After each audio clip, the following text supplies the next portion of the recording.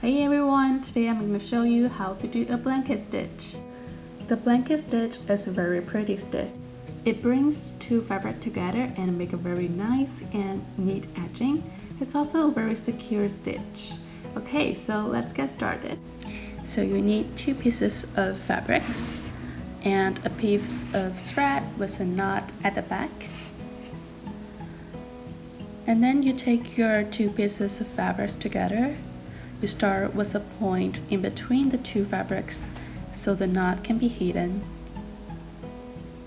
And we windshield one layer right now, close them up, and we windshield both layers with the needle this time. And come out at the exact same spot.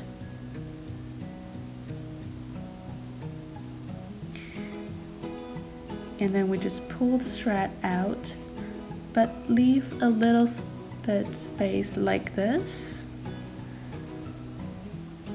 Then you push your needle through the loop, the space we just leave it, and just pull it out. So now we get the first secure knot. Remember to tighten it a little bit. Then we do the second one. Remember, same direction for the blanket stitch. Needles come from the back to the front.